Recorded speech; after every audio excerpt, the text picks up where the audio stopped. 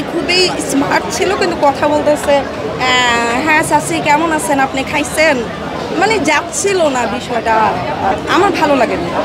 Horror ছবি তো ভয় একটু লাগবেই। আবার একজন বাচ্চা বললো যে তা আবার ভয় লাগে না, আবার ওর বড় যে একজন বাচ্চা সে বললো যে তার ভয় লেগেছে। আপনি জিন দেখে বেরোচ্ছেন, ভয় পান না, ভয় পাওয়ার মতো কিছু ছিল না, সবে আমরা আসলে মানুষ অনেক স্মার্ট হয়ে গেছে। আমার মনে হয় উনি হ্যাঙ্গারের মতো ওই ড্রেস পরে পরে মডেলিং করবে, এইটাই ভালো লাগে, কারণ উনি গ্রামের একটা ক্যারেক্টার করছিলেন প্রথমত।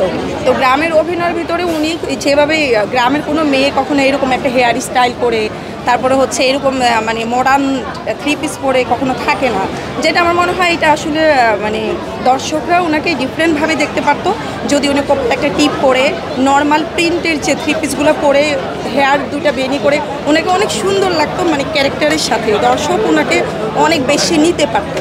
এখন মনে হচ্ছে যে মানে শহরের উনি হচ্ছে খুব মডেল একটা মানুষ, আবার উনি খুবই স্মার্ট ছিল, কিন্তু কথা বলতেছে হ্যাঁ চাচি কেমন আছেন, আপনি খাইছেন, মানে যাচ্ছিল না বিষয়টা, ভালো লাগেনি আমার কাছে। আমার মনে হয় যে কেউই ওনাকে অভিনেত্রী হিসাবে নিবে না, নেই নাই মনে হচ্ছে না সবাই। অভিনয় কেমন ছিল? কার অভিনয়? কার অভিনয় সবচেয়ে? সজল ভাই অনেকে। সজল ভাই অভিনেতা, ওনার অভিনয় ভালো ছিল। তারপরে তানিয়া আপু, উনিও খুবই মানে একজন শিল্পী, মানে কি মাটি যেই ক্যারেক্টার নিবে সেই ক্যারেক্টারে ধারণ করবে।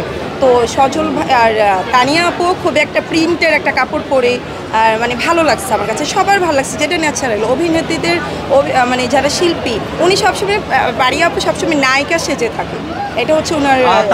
অনেক সিনেমায় মুক্তি পেয়েছে, ভয় পাওয়ার মতো তেমন কিছু ছিল না। আর বিশেষ করে নুসরাত ফারিয়া যে অভিনয়, আপনি বলেন।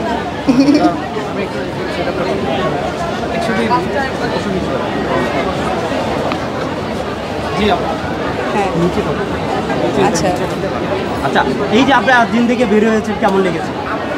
টিকিট নেই, ফুল হাউসফুল। টিকিট নেই হচ্ছে একটার জন্য, মানুষ দেশে যায় নাই, এবার সবাই ঢাকায় আছে, ফ্যামিলি নিয়ে কোথায় যাবে, ঢাকা শহরে সিনেমা দেখতেছে, দ্যাটস ইট। একটু হরর ছবি তো ভয় একটু লাগবেই। আবার একজন বাচ্চা বললো যে তা আবার ভয় লাগে না, আবার ওর বড় যে একজন বাচ্চা সে বললো যে তার ভয় লেগেছে।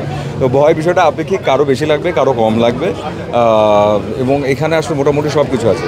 এখানে দায়িত্বের গল্প আছে, ভালোবাসার গল্প আছে, প্রেম আছে, বিরহ আছে, যুদ্ধ আছে, সব আছে। তো সবার ভালো লাগবে আশা করি। আপনি কি একটু আগে তো এই প্রশ্ন উত্তর দিলাম।